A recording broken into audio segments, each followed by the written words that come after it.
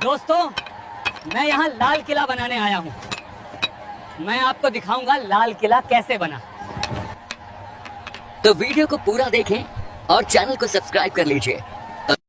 वक्त इस दुनिया का सबसे बड़ा और सबसे क्रूर किस्सा गो है। यह अपनी आंखों से साम्राज्यों को बनते, संवरते और फिर खाक में मिलते हुए देखता है। अगर दिल्ली की जमीन पर खड़े होकर वक्त से पूछा जाए कि उसने इस शहर का सबसे सुनहरा और सबसे खौफनाक दौर कहाँ देखा है, तो उसकी उंगली लाल बलुआ पत्थर से बनी एक विशाल और भव्य इमारत की तरफ उठेगी, जिसे आज की दुनिया लाल किला के नाम से जानती है। लेकिन क्या आप जानते हैं कि जिस इमारत को हम लाल किला कहते हैं, उसका यह नाम कभी था ही नहीं। यह नाम तो बहुत बाद में अंग्रेजों की देन है, जिन्होंने इसकी लाल दीवारों को देखकर इसे यह नाम कहना शुरू कर दिया। इसका असली नाम तो किला ए मुबारक था, जिसका मतलब होता है एक भाग्यशाली या पवित्र किला। और इसकी कहानी शुरू होती है एक ऐसे बादशाह के ख्वाब से जिसे पत्थरों में जान फूंकने का शौक था। मुगल बादशाह शाहजहां। बात 1630 के दशक की है। मुगल साम्राज्य की राजधानी उस वक्त आगरा हुआ करती थी। आगरा शहर अपनी तंग गलियों, बढ़ती आबादी और गर्मियों में झुलसा देने वाली गर्मी से परेशान था। शाहजहां, जो अपनी कला और वास्तुकला के प्रेम के लिए जाने जाते थे, उनका मन आगरा से भर चुका था। उन्हें एक ऐसे शहर की तलाश थी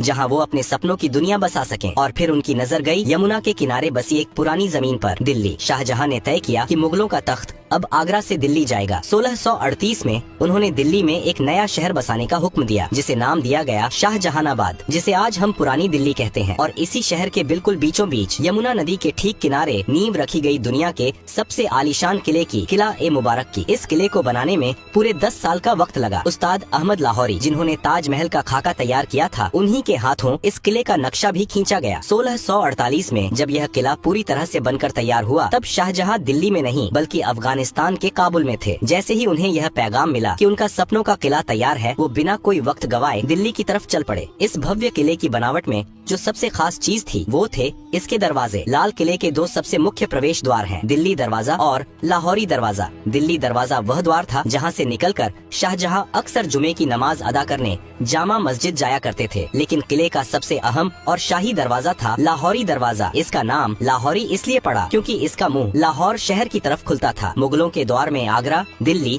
और लाहौर, ये तीनों शहर सत्ता के सबसे बड़े केंद्र थे। लेकिन आज जब आप लाहौरी दरवाजे को चांदनी चौक की तरफ से देखते हैं, तो आपको दरवाजा सीधा नजर नहीं आता, बल्कि उसके आगे एक बड़ी सी दीवार नजर आती है। यह दीवार शाहजहां ने नहीं बनवाई थी, इसे बनवाया था उनके बेटे और मुगल बादशाह औरंगजेब ने। औरंगजेब को लगता था कि लाहौरी दरवाजे से बाहर खड़े होकर कोई भी आसानी से किले के अंदर की हलचल, यहाँ तक कि दीवान ए आम को देख सकता है। किले की सुरक्षा को बढ़ाने के लिए उसने दरवाजे के ठीक आगे एक घुमावदार दीवार खड़ी कर दी। उस वक्त शाहजहां अपने ही बेटे औरंगजेब द्वारा आगरा के किले में कैद थे। जब उन्हें पता चला कि औरंगजेब ने लाहौरी दरवाजे के आगे दीवार खड़ी कर दी है, तो उन्होंने भारी मन से औरंगजेब को एक खत लिखा था। उस खत में शाहजहां के अल्फाज कुछ यूँ थे: बेटे, तुमने यह दीवार खड़ी करके किले को सुरक्षित नहीं किया है, बल्कि तुमने किले रूपी दुल्हन के चेहरे पर घूंघट डाल दिया है। इसी वजह से इतिहास में इस दीवार को घूंघट वाली दीवार भी कहा जाता है। विडंबना देखिए, जिस दीवार को एक मुगल बादशाह ने सुरक्षा के लिए बनवाया था, उसी दीवार की प्राचीर से आजादी के बाद 15 अगस्त 1947 को आजाद भारत के पहले प्रधानमंत्री पंडित जवाहरलाल नेहरू ने पहली बार तिरंगा फहराया था। जैसे ही आप लाहौरी दरवाजे से किले के अंदर कदम रखते हैं, आपके सामने मुगलों का एक अलग ही संसार खुल जाता है। अंदर जाते ही जो सबसे पहली जगह आती है, वह है छत्ता बाजार, जिसे मीना बाजार भी कहा जाता है। शाहजहां ने यह बाजार खास तौर पर अपनी बेगमों और शाही परिवार की औरतों के लिए बनवाया था। अरब, फारस और तुर्की से बड़े बड़े व्यापारी यहाँ रेशम, कीमती पत्थर, इत्र और जेवरात लेकर आते थे। यह छत से ढका हुआ एक ऐसा अद्भुत बाजार था जो आज भी 350 सालों बाद अपनी उसी जगह पर मौजूद है, जहाँ आज सैलानी अपनी यादों के लिए सामान खरीदते हैं। छत्ता बाजार की रंगीनियों को पार करते ही आप एक खुली जगह पर आते हैं और आपके सामने खड़ी होती है एक और शानदार लाल इमारत, नौबत खाना। नौबत खाना यानी वो जगह जहाँ शाही शहनाई और नगाड़े बजते थे। दिन में 5 बार यहाँ अलग अलग धुनों में नौबत बजाई जाती थी, जो शहर के लोगों को वक्त का अंदाजा देती थी। जब भी कोई बड़ा शाही मेहमान या खुद बादशाह किले में आते थे, तो इसी नौबत खाने से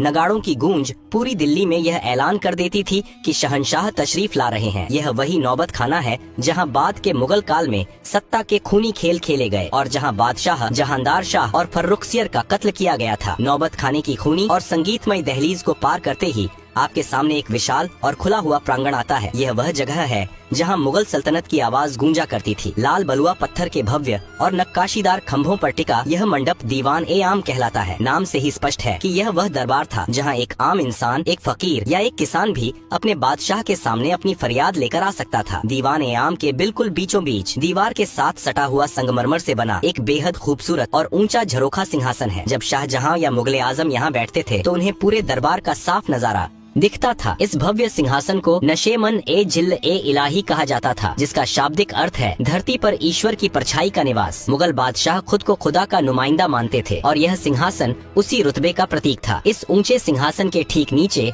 संगमरमर का एक शानदार चबूतरा रखा हुआ है। यह वह जगह थी जहां वजीर ए आजम प्रधानमंत्री खड़े होकर अवाम की अर्जियां जोर जोर से पढ़ते थे और बादशाह सलामत ऊपर बैठकर अपना फैसला सुनाते थे। लेकिन दीवान ए आम के इस सिंहासन की सबसे अद्भुत चीज है इसके पीछे की दीवार। अगर आप कभी करीब से गौर करें तो इस काले संगमरमर की दीवार पर रंग बिरंगे कीमती पत्थरों को तराश कर बनाई गई एक ऐसी चित्रकारी है जिसकी मिसाल उस दौर में पूरी दुनिया में नहीं मिलती थी। पत्थरों के अंदर पत्थर जड़ने की इस नायाब कला को परचिनकारी कहा जाता है। इस बेमिसाल नक्काशी को एक मशहूर विदेशी कलाकार ने अपने हाथों से उकेरा था। इस दीवार पर पक्षियों, फूलों और यूनानी देवता की आकृतियाँ इतनी सजीव हैं कि लगता है जैसे पत्थर अब भी बोल पड़ेंगे। दीवान ए आम की इस आम दुनिया से निकलकर जब हम किले के और अंदरूनी हिस्सों की तरफ बढ़ते हैं तो वास्तुकला पूरी तरह बदल जाती है। लाल पत्थरों की जगह अब सफेद चमकता हुआ संगमरमर ले लेता है। यह मुगल साम्राज्य का सबसे सुरक्षित और खास इलाका था। दीवान ए खास, जैसा कि नाम से ही जाहिर है, यह बादशाह का वह निजी और शाही दरबार था जहां अवाम को आने की इजाजत नहीं थी। यहाँ केवल बादशाह के सबसे खास मंत्री, अमीर उमरा, रणनीतिकार, सेनापति और विदेशी मेहमान ही कदम रख सकते थे। दीवान ए खास की भव्यता का अंदाजा आप इस बात से लगा सकते हैं कि किसी जमाने में इस पूरे महल की छत लकड़ी या पत्थर की नहीं बल्कि ठोस चांदी की बनी हुई थी। इसकी सफेद संगमरमर की दीवारों पर सोने का पानी चढ़ा था और फूल पत्तियों की बनावट में असली माणिक, नीलम, पन्ना और पुखराज जैसे बेशकीमती रत्न जड़े हुए थे। आज वहाँ दीवारों पर केवल वो खाली निशान और गड्ढे बचे हैं जिन्हें बाद में लुटेरों ने खुरच कर निकाल लिया था। इसी दीवान ए खास के बिल्कुल बीचों बीच रखा जाता था दुनिया का सबसे महंगा, सबसे आलीशान और सबसे चर्चित सिंहासन, तख्त ए ताउस, जिसे दुनिया मयूर सिंहासन के नाम से जानती है। यह सिर्फ बैठने की जगह नहीं थी, यह मुगलों की अकूत दौलत का सबसे बड़ा सबूत था। शुद्ध सोने, चांदी और अनगिनत हीरे जवाहरात से बनी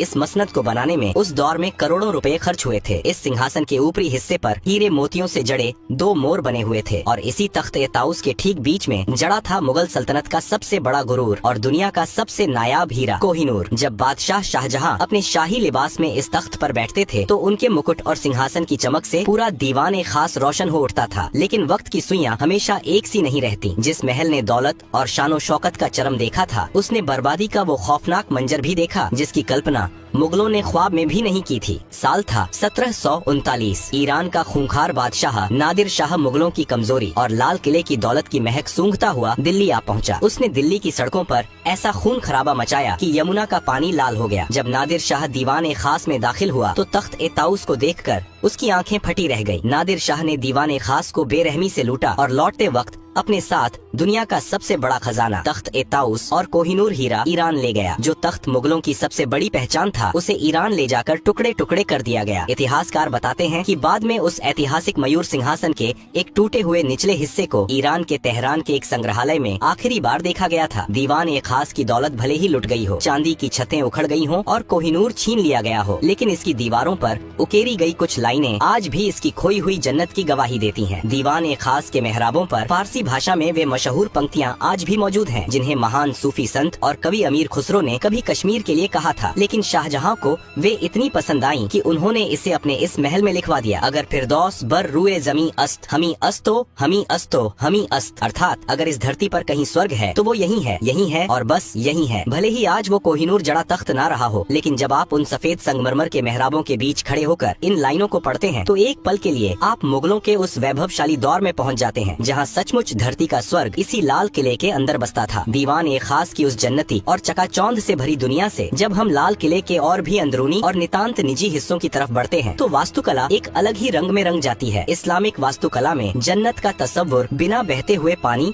और बागीचों के अधूरा माना जाता है। शाहजहां जो बेहतरीन काम के मुरीद थे, उन्होंने अपनी इस दिल्ली की जन्नत में जान फूंकने के लिए एक ऐसी नहर का निर्माण करवाया जो लाल किले के महलों के ठीक बीचों बीच से होकर गुजरती थी। इसे नाम दिया गया नहर ए बहिश्त, यानी स्वर्ग की नहर। यह कोई आम पानी की नाली नहीं थी। यमुना नदी के पानी को एक खास तकनीक से लाल किले के अंदर लाया गया था। यह नहर ए बहिश्त संगमरमर से बने महलों के फर्श के बीच से खूबसूरत फव्वारों और फूलों की क्यारियों को चूमते हुए गुजरती थी। दिल्ली की झुलसा देने वाली गर्मियों में जब यह ठंडा पानी महलों के अंदर बहता था तो पूरे महल की आबो हवा वातानुकूलित हो जाती थी। पानी के बहने की वह मधुर कलकल आवाज और फव्वारों से उठती खुशबू महलों के अंदर मानो जादू कर देती थी। नहर ए बहिश्त का पानी सबसे पहले जिस शानदार महल से होकर गुजरता था वो था मुगल हरम का सबसे रंगीन और खूबसूरत हिस्सा, रंग महल। नाम के ही अनुरूप यह रंगों का महल शाहजहां ने अपनी खास बेगमों, शहजादियों और शाही परिवार की औरतों के लिए बनवाया था। इस महल के बीचों बीच संगमरमर का एक बेहद खूबसूरत कमल के आकार का फव्वारा था, जिसमें जब नहर ए बहिश्त का पानी गिरता था तो वह किसी खिले हुए फूल सा लगता था। रंग महल की छतों और दीवारों पर शीशे और बेशकीमती पत्थर इस तरह जड़े गए थे कि रात के वक्त जब यहाँ मोमबत्तियां जलाई जाती थीं, तो पूरा महल तारों भरे आसमान की तरह झिलमिला उठता था। लेकिन वक्त का सितम देखिए, जिस रंग महल में कभी मुगल शहजादियों की पायलों की झंकार गूंजती थी और इत्र की महक हवाओं में तैरती थी, 1857 के गदर के बाद जब अंग्रेजों ने लाल किले पर कब्जा किया तो उन्होंने इस नायाब महल को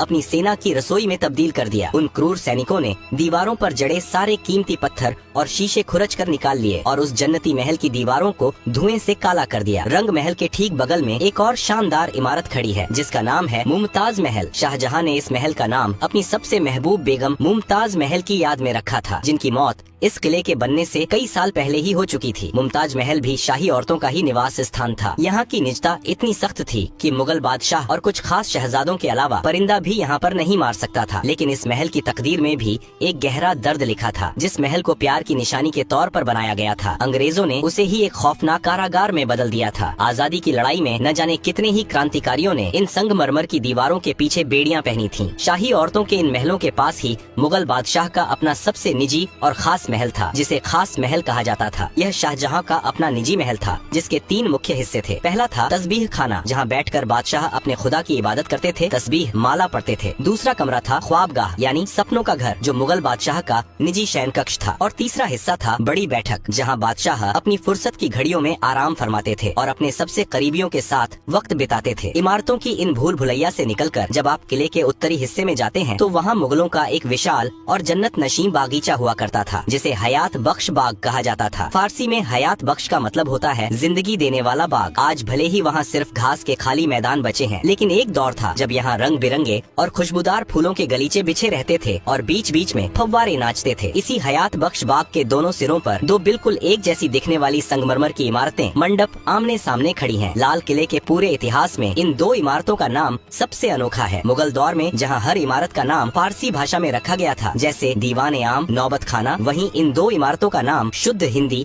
या हिंदुस्तानी महीनों के नाम पर रखा गया, सावन और भादो। क्या आप जानते हैं कि इनका यह नाम क्यों पड़ा? मुगलों को बारिश के मौसम से बेइंतहा मोहब्बत थी। सावन और भादो मानसून के वो 2 महीने हैं जब भारत में झमाझम बारिश होती है। इन दोनों मंडपों के अंदर एक ऐसा जादुई जल प्रणाली बनाया गया था कि जब नहर का पानी छत से होकर नीचे गिरता था तो ऐसा लगता था मानो सावन और भादों की मूसलाधार बारिश हो रही हो। जब असली बारिश नहीं होती थी तब भी शाही परिवार के लोग सावन और भादों के मंडप में बैठकर कृत्रिम बारिश का लुत्फ उठाते हुए जन्नत का एहसास करते थे। सावन और भादों के उन हसीन और रोमानी मंडपों से जब हम आगे बढ़ते हैं तो लाल किले की दास्तान अपने सबसे दर्दनाक और आखिरी पड़ाव पर पहुंच जाती है। हयात बख्श बाग के ही पास पानी के एक छोटे से तालाब के बीचों बीच लाल बलुआ पत्थर से बना एक छोटा सा महल खड़ा है, जफर महल। यह कोई आम इमारत नहीं है, यह मुगल सल्तनत के बुझते हुए चिराग की आखिरी लौ थी। इस महल को मुगलों के आखिरी बादशाह बहादुर शाह जफर ने साल 1842 में बनवाया था। लाल किले के लगभग 200 सालों के निर्माण इतिहास में यह किसी भी मुगल बादशाह द्वारा बनवाई गई आखिरी इमारत थी। इसके बाद मुगलों के पास न तो इतना पैसा बचा था और न ही इतनी ताकत कि वो पत्थरों में अपनी दास्तान लिखवा सकें। किले के पिछले हिस्से में एक ऐसा रहस्यमयी और खुफिया दरवाजा भी मौजूद था जिसके बारे में बहुत कम लोग जानते हैं। इसे यमुना दरवाजा कहा जाता था। यह दरवाजा सीधा यमुना नदी की उफनती लहरों की तरफ खुलता था। इसी खुफिया दरवाजे से लगकर मुगल बादशाह की शाही और भव्य नाव खड़ी रहती थी। जब भी शहंशाह को दिल्ली की भीड़ भाड़ से दूर आगरा या लाहौर के सफर पर निकलना होता था तो वो हाथी घोड़ों की बजाय इसी दरवाजे से अपनी शाही नाव पर सवार होकर पानी के रास्ते निकल जाया करते थे। लाल किले की विशाल प्राचीर से सटा हुआ ही एक और बेहद प्राचीन और खुरदुरा किला मौजूद है जिसे सलीमगढ़ का किला कहा जाता है। यह किला लाल किले से भी पुराना है। इसे शेर शाह सूरी के बेटे सलीम शाह सूरी ने 1546 में बनवाया था। मुगलों ने यमुना नदी के ऊपर एक पुल बनवाकर अपने लाल किले को इस पुराने सलीमगढ़ के किले से जोड़ दिया था। लेकिन वक्त का पहिया हमेशा मुगलों के हक में नहीं घूमा। 1857 की आजादी की पहली महान बगावत ने लाल किले की तकदीर और तस्वीर दोनों को हमेशा के लिए बदल कर रख दिया। जब अंग्रेजों ने आखिरकार दिल्ली और इस किले पर कब्जा किया तो उन्होंने इसकी मुगल रूह को ही छलनी कर दिया। लाल किले के अंदर एक बेहद खूबसूरत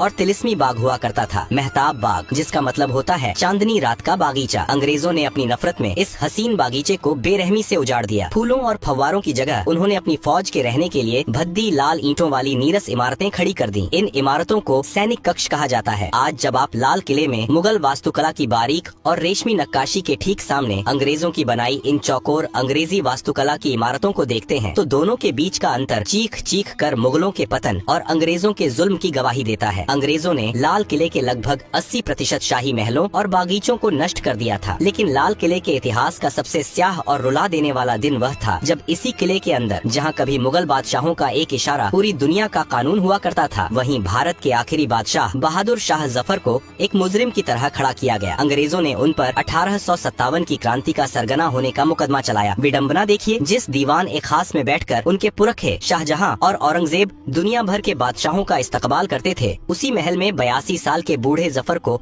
उनके ही वतन में देशद्रोही करार दे दिया गया। सजा के तौर पर अंग्रेजों ने इस बूढ़े बादशाह को काले पानी की सजा देकर हिंदुस्तान से निकाल दिया और पड़ोसी देश के रंगून शहर में कैद कर दिया। एक बादशाह जिसके पुरखों ने इस महान देश पर सदियों तक राज किया, उसे अपनी आखिरी सांसें एक अनजान देश की सीलन भरी कोठरी में लेनी पड़ी। रंगून की उसी कैद में अपनी मौत का इंतजार करते हुए जब शायर बहादुर शाह जफर की आंखों के सामने दिल्ली और लाल किले का अक्स उभरा तो उनके आंसू छलक पड़े। उन्होंने अपनी आखिरी गजल में अपने टूटे हुए दिल का दर्द इन अमर पंक्तियों में पिरो दिया। कितना है बदनसीब जफर दफन के लिए 2 गज जमीन भी न मिली कुए यार में। यानी ए जफर, तू कितना बदनसीब है कि तुझे मरने के बाद दफनाने के लिए अपने महबूब वतन की मिट्टी में 2 गज जमीन भी नसीब नहीं हुई। यह लाल किला सिर्फ ईंट, गारे और लाल पत्थरों से बनी कोई बेजान इमारत नहीं है। अगर इस किले ने मुगल सल्तनत के उस चमकते हुए सूरज को आसमान की बुलंदियों को छूते देखा है तो इसने उसी सूरज को अपनी ही आंखों के सामने बेबस होकर डूबते हुए भी देखा है। सत्ता के खूनी संघर्षों से लेकर नादिर शाह की लूट और आजादी की लड़ाई तक लाल किला न जाने कितने तूफानों का इकलौता और खामोश गवाह है। इसके इसी ऐतिहासिक